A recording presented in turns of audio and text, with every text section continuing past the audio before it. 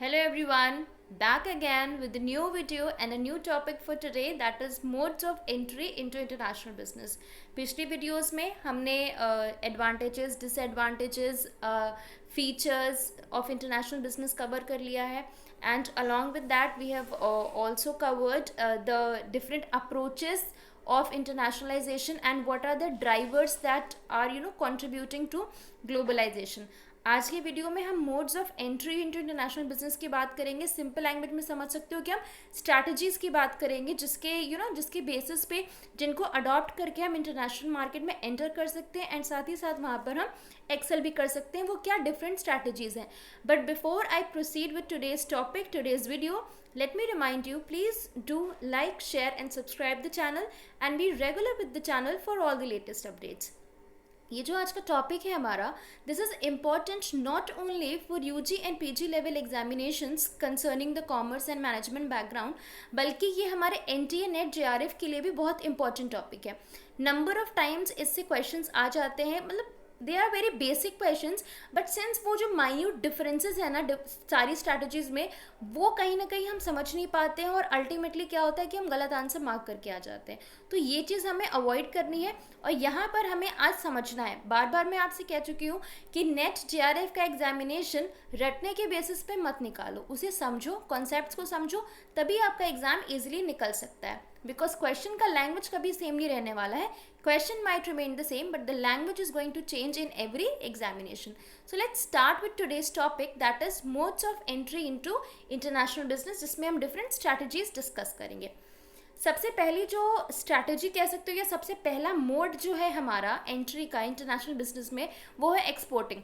अब एक्सपोर्ट करना क्या होता है ये तो सबको पता है, बहुत बेसिक और कह सकते हैं कि बहुत बच्चों वाला कॉन्सेप्ट है कि एक्सपोर्टिंग क्या होता है. Whenever you are selling your the products and services across the domestic boundaries of a country, मतलब अपने डोमेस्टिक लेवल से निकल के आप फॉरेन कंट्रीज़ में जाकर अपने गुड्स को सेल कर रहे हो, वही प्रोसेस कहलाता है एक्सपोर्टिंग का.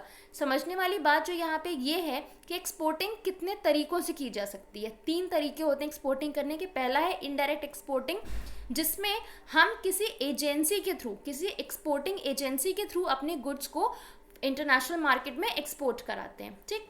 दूसरा है डायरेक्ट एक्सपोर्टिंग, जब हम खुद इस कह सकते हैं कि एक्सपोर्टिंग के प्रोसेस में खुद इन्वॉल्व हो रहे हैं, जब हम डायरेक्टली अपने प्रोडक्ट्स को इंटरनेशनल मार्केट में सेल कर रहे हैं, तो वो हो जाता है हमारा डायरेक्ट एक्सपोर्टिंग. एंड थर्ड है कोऑपरेटिव एक्सपोर्टिंग, जहाँ पे जो ये एमएनसीज इस्टेब्लिश करते हैं हम लोग जब, तो जो एमएनसीज की जो पेरेंट कंपनीज़ हैं वो एफिलिएट्स अपनी सब्सिडरीज़ के साथ मिलके जो भी एक्सपोर्टिंग करती हैं उनके थ्रू, वो कहलाता है हमारा कोऑपरेटिव एक्सपोर्टिंग. तो एक्सपोर्टिंग आपको पहले से पता था, ये जो 3 फॉर्म्स हैं ये आपने अब समझ ही लिया. तो अब एक्सपोर्टिंग से कोई भी क्वेश्चन आए तो बट ऑब्वियस आप उसको ईजिली सॉल्व कर लोगे. चलो नेक्स्ट टेक्निक या नेक्स्ट स्ट्रैटेजी की बात करते हैं, लाइसेंसिंग.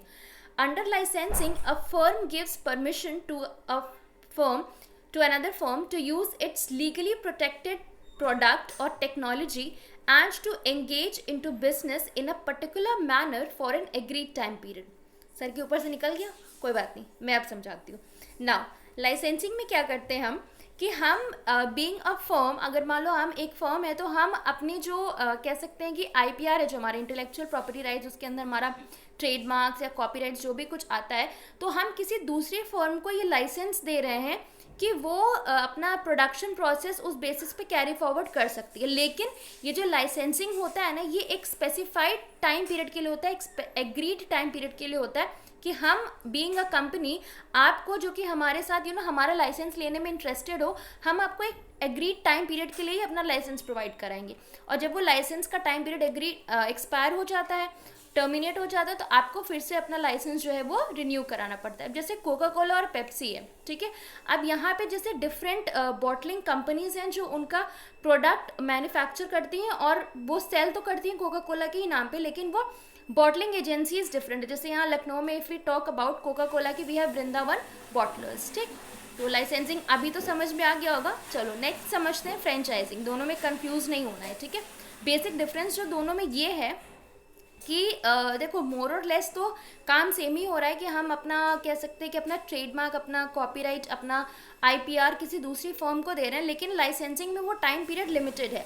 और फ्रेंचाइजिंग में क्या होता है कि ये time period as such limited नहीं है। And on the second hand जो हमारा फ्रेंचाइजी है, यानी कि जो ये जो फ्रेंचाइजी ले रहा है, जो फ्रेंचाइजिंग एग्रीमेंट में एंटर कर रहा है, वो फ्रेंचाइजर को यानी कि पेरेंट ऑर्गेनाइजेशन को कुछ फीस या कुछ रॉयल्टी देता है उस ट्रेडमार्क के लिए, उस कह सकते हो उस सिंबल को यूज़ करने के लिए, जिसके बेसिस पे वो अपना बिजनेस रन करेगा। जैसे कुछ स्कूल्स होते हैं, कुछ एजुकेशनल इंस्टीट्यूशंस होते हैं, मेन ऑफिस मेन ब्रांच तो एक ही होता है, लेकिन उसके कई सारे और कह सकते हैं कि फ्रेंचाइजीज खुल जाती हैं, ठीक है। जैसे Jaipuria is can be an example, जिसका there are a number of franchisees that have been opened in the name of Jaipuria school.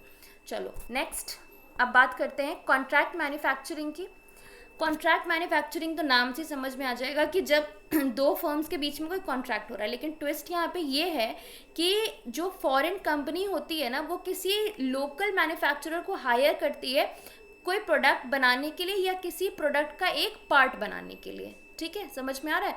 या तो हम पूरा का पूरा प्रोडक्ट बनवा रहे हैं किसी लोकल मैन्युफैक्चरर से, या फिर हम उस प्रोडक्ट का एक पर्टिकुलर पार्ट बनवा रहे हैं, ठीक। ये है हमारा कॉन्ट्रैक्ट मैन्युफैक्चरिंग। अब बात करते हैं मैनेजमेंट कॉन्ट्रैक्ट के बारे में।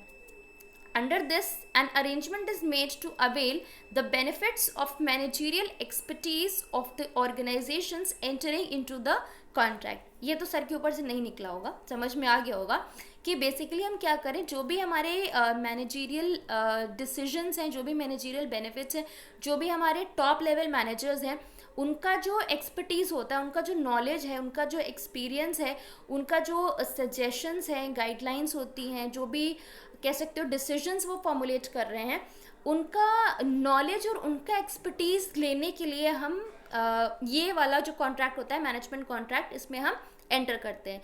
तो बेसिकली हम अगर बीइंग अ फर्म हमने किसी के साथ मैनेजमेंट कॉन्ट्रैक्ट अगर एंटर किया है फॉर एग्जांपल, तो हम ये कह रहे हैं कि उनके जो मैनेजर्स हैं, जो टॉप लेवल मैनेजर्स हैं, वो जो डिसीजंस फॉर्मुलेट करेंगे वो ना सिर्फ अपनी कंपनी अपनी ऑर्गेनाइजेशन के लिए करेंगे, बल्कि हमारी कंपनी और हमारी ऑर्गेनाइजेशन के लिए भी करेंगे, ठीक है। तो ये समझ में आ गया। बेसिकली टॉप मैनेजमेंट जो टॉप लेवल मैनेजर्स जो हैं, उनका कह सकते हैं उनके आइडियाज़, नॉलेज और एक्सपीरियंसेस को लेने के लिए ये कॉन्ट्रैक्ट किया जाता है, ठीक।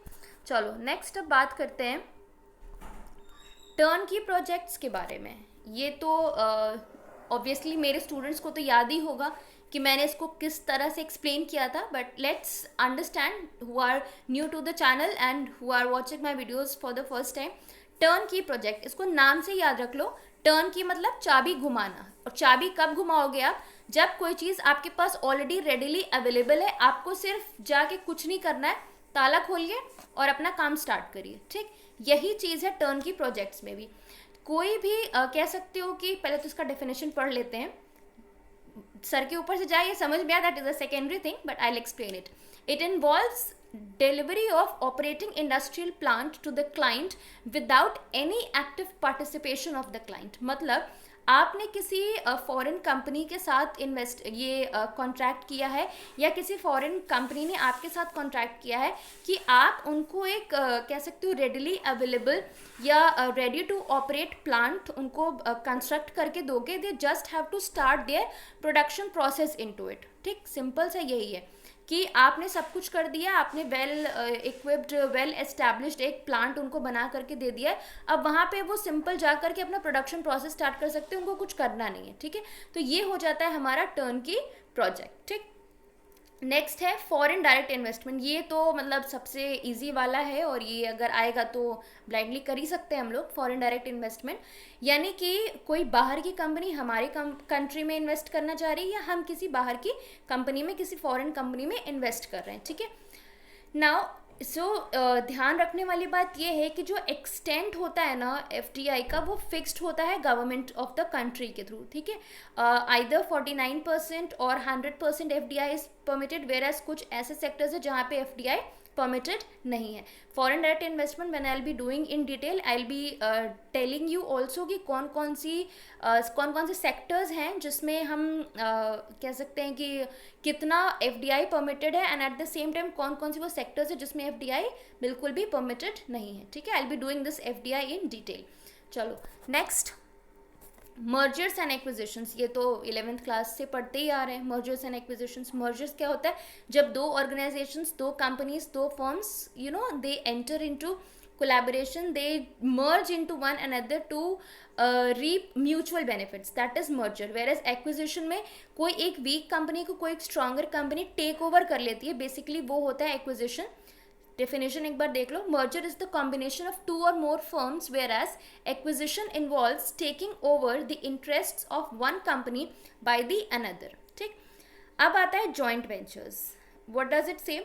The strategy of two or more companies to achieve some common objectives and expand international operations by sharing ownership and management. अब दो कंपनीज हैं, now they are coming into a mutual agreement, into a mutual contract to share the common objectives. दोनों का कुछ common objective होगा. मान लो दोनों का ऑब्जेक्टिव है फॉर एग्जांपल सेल्स इंक्रीज करना, या फिर प्रॉफिट मैक्सिमाइज करना, या फिर इंटरनेशनल मार्केट में अपनी सेल्स को कुछ से 25% 50% ऐसे इंक्रीज करना. कोई कॉमन ऑब्जेक्टिव दो कंपनीज के बीच में होता है, उसको अचीव करने के लिए जॉइंट वेंचर होता है. ठीक है, ये एक सबसे इंपॉर्टेंट पॉइंट है कि कंपनीज के बीच में कॉमन ऑब्जेक्टिव होना चाहिए, और वो जो अपना ओनरशिप और मैनेजमेंट है ना, उसको भी शेयर करते हैं. ठीक है, नाउ मैनेजमेंट ऑब्वियसली जो भी डिसीजंस एंड ऑल फॉर्मुलेट होंगे वो दोनों कंपनीज के साथ में होंगे. ठीक, so I just hope joint venture is also clear to you all. आगे बढ़ते हैं. ग्रीन फील्ड स्ट्रैटेजी और ब्राउन फील्ड स्ट्रैटेजी, ये FTI के अंदर ही आता है. Again we'll have a revision of it, but इसको इंडिपेंडेंटली भी समझ लेते हैं कि एक्चुअली है क्या ग्रीन फील्ड और brown field strategy. Green field strategy, under this the businesses enter into international market by creating a new foreign enterprise. मतलब आप फॉर एग्जाम्पल एक फर्म हो, तो आप जब इंटरनेशनल मार्केट में एंटर कर रहे हो तो वहाँ पे आप एक नई फर्म एस्टैब्लिश कर रहे हो. ठीक है, ग्रीन फील्ड स्ट्रैटेजी ये होता है कि आप वहाँ पे एक नई इंडस्ट्री या नया एंटरप्राइज या नया फर्म एस्टैब्लिश कर रहे हो. याद रखने में अगर प्रॉब्लम हो तो सिंपल सा ये समझ सकते हो, जब हम ग्रीनरी की बात करें तो हम कुछ फ्रेश बात करें, कुछ न्यू, हमें कुछ दिख रहा है, कुछ अच्छा दिख रहा है. ठीक है, तो ग्रीन इज ऑलवेज प्लीजिंग. तो ये समझ सकते हो कि whenever we are talking about greenery, we are talking about something new, something that is fresh. ठीक है, तो नई एंटरप्राइज स्टैब्लिश हो रही है तो वो ग्रीन फील्ड स्ट्रैटेजी हो गई. ठीक, ब्राउन फील्ड स्ट्रैटेजी में under this the businesses enter into international market through the process of acquisition of a foreign firm. यहाँ पर जो एक कंपनी है या एक फर्म है, वो फॉरेन मार्केट में, इंटरनेशनल मार्केट में जब एंटर कर रही है तो वो किस तरीके से एंटर कर रही है? वहाँ की कोई फॉरेन फर्म को वो एक्वायर कर रही है. एक्विजिशन के प्रोसेस के थ्रू ही वो वहाँ पर एंटर कर रही है. ठीक है, अगेन ब्राउन फील्ड स्ट्रैटेजी को अगर याद रखना है तो जब ग्रीन ग्रास थोड़ी सी सूख के ब्राउन हो गई तो वो थोड़ी सी स्टेल हो गई, तो ऑब्वियसली हम एक्विजिशन कर रहे हैं, उसको एक्वायर कर रहे हैं. ठीक है, so this is brown field strategy. I just hope green field और ब्राउन फील्ड को समझने में आपको कोई प्रॉब्लम नहीं होगी. और प्लीज़ आपको कोई चीज़ याद रखने में प्रॉब्लम होती है ना, तो कोशिश करो कि उसके साथ एसोसिएटेड एक स्टोरी बना लो, फिर वो दिमाग से कभी उतरेगी नहीं. Do remember that. ठीक है, और जैसे कि मैं बार बार कहती हूँ कि नेट JRF एग्जामिनेशन क्वालिफाई करना है तो कॉन्सेप्ट को समझना, कॉन्सेप्ट को याद रखना ज़रूरी है, रटना ज़रूरी बिल्कुल भी नहीं है. ठीक है, और जो चीज़ याद नहीं हो रही है उसके लिए स्टोरी बना लो, जो भी स्टोरी, जैसी भी स्टोरी अच्छी लगती हो. चलो नेक्स्ट बात करते हैं हम. लास्ट 2 स्ट्रैटेजीज बची हमारी. अब बात करते हैं स्ट्रैटेजिक अलायंस के बारे में. This involves voluntary formal agreement between two companies to pool their resources to achieve a common set of objectives while remaining independent entities. यहाँ पे क्या कर रहे हैं हम? दो, कह सकते हो दो कंपनीज या दो ऑर्गेनाइजेशंस आपस में एक एग्रीमेंट कर रहे हैं जहाँ पे वो अपने रिसोर्सेज को कह सकते हो शेयर करेंगी, और एक जो कॉमन ऑब्जेक्टिव्स हैं उसको भी अचीव करेंगी, लेकिन वो दो अलग अलग एंटिटीज़ रहेंगी. ठीक है, स्ट्रैटेजिक अलायंस और जॉइंट वेंचर में ये एक बेसिक डिफरेंस समझ लो कि स्ट्रैटेजिक अलायंस में दोनों फर्म्स अपनी एक डिफरेंट आइडेंटिटी लेकर के चलती है, इंडिपेंडेंट एंटिटी रहती है, लेकिन जॉइंट वेंचर में वो अपना ओनरशिप और मैनेजमेंट शेयर करती हैं, बल्कि उसको एक साथ ही यूज़ करती हैं. ठीक, so I just hope strategic alliance is also clear to you all. Resources को हम पूल कर रहे हैं और फिर भी ऑब्जेक्टिव्स भी हमारे सेम है, हम शेयर कर रहे हैं, we are working towards achieving the common objectives, लेकिन हमारी जो एंटिटी है ना, वो हमारी जो आइडेंटिटी है वो बिल्कुल इंडिपेंडेंट रहेगी. लास्ट है हमारा असेंबली ऑपरेशन, सबसे कह सकते हो कि सिंपल वाला है। इसको याद रखने का तरीका ये है, जब स्कूल में हमारी असेंबली होती तो क्या होता था, हम लोग सब डिफरेंट डिफरेंट क्लासेस के होते थे, डिफरेंट डिफरेंट सेक्शंस के होते थे, बट एक जगह पे हमें असेंबल करा दिया जाता था। अब वो असेंबली चाहे 2 घंटे चले, 4 घंटे चले, बेहोश हो जाओ, वट रहना वहीं पर है, ठीक है। सेम चीज़ यहाँ असेंबली ऑपरेशंस में ये होता है कि डिफरेंट डिफरेंट पार्ट्स जो है हम अपनी कंट्री में, डोमेस्टिक कंट्री में मैन्युफैक्चर करते हैं, लेकिन उसको असेंबल करने के लिए, उसको ज्वाइन कराने के लिए हम शिप करके किसी फॉरेन कंट्री में भेज देते हैं, ठीक है। जो पार्ट्स मैन्युफैक्चर हो रहे हैं वो हमारे डोमेस्टिक लेवल पे ही हो रहे हैं, लेकिन उसकी जो असेंबलिंग हो रही है वो किसी फॉरेन कंट्री में हो रही है, ठीक है। So I hope this is clear to you all. एक बार डिफिनेशन देख लेते हैं जल्दी से। Under this strategy the parts of the product are manufactured domestically but are shipped to a foreign country for the purpose of assembling these parts together, ठीक है। अभी असेंबली से असेंबली ऑपरेशन याद रहेगा ना, अलग अलग सेक्शंस लेकिन एक जगह पे कंबाइन हो रहे हैं, और यहाँ पे कॉम्बिनेशन जो होगा वो फॉरेन कंट्री में होगा, ठीक। सो आई जस्ट होप कि ये जो डिफरेंट मोड्स बताए मैंने, डिफरेंट एंट्री स्ट्रैटेजीज बताएंगे, ये क्लियर हो गया होगा और अभी आप कभी इसको भूलोगे नहीं, ठीक। Always remember, understand the concepts and any doubts just go through the same concept again and again until and unless आपको वो अच्छी तरह से समझ में आ जाए, राइट। डोंट फोकस ऑन रट्टाफिकेशन की अरे रट लिया तो हो जाएगा। कंपेटिटिव एग्जाम्स रटने के बेसिस पे नहीं होते हैं। ग्रेजुएशन पोस्ट ग्रेजुएशन निकाल लोगे, कॉम्पिटिटिव एग्जाम्स रट कर नहीं निकाल पाओगे, specially net JRF, right? So next topic in the next video, probably I'll be covering the theories of international trade in the next video. Till then, take care, thank you and have a nice day.